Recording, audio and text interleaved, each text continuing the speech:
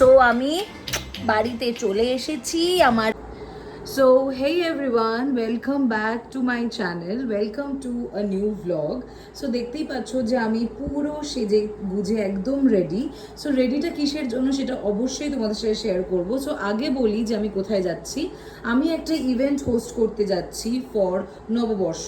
এখনও আমাদের কিন্তু নববর্ষ শেষ হয়নি। সো আমি অ্যাবসলিউটলি রেডি হয়ে গেছি টু সেলিব্রেট নববর্ষ উইথ ইউ গাইজ। সো তোমরা প্লিজ আমার ব্লগটা দেখতে থাকো, অবশ্যই মজা আসবে। তো আমি আমার গন্তব্যস্থলে পৌঁছে গেছি। This is my stage. So আমার পুরো ইভেন্টটা তোমাদেরকে ডেফিনেটলি তোমার সাথে শেয়ার করার চেষ্টা করব। কতটা কাজের মাঝখানে শেয়ার করতে পারবো জানি না, but I definitely try to share it with you all. Let's begin my work.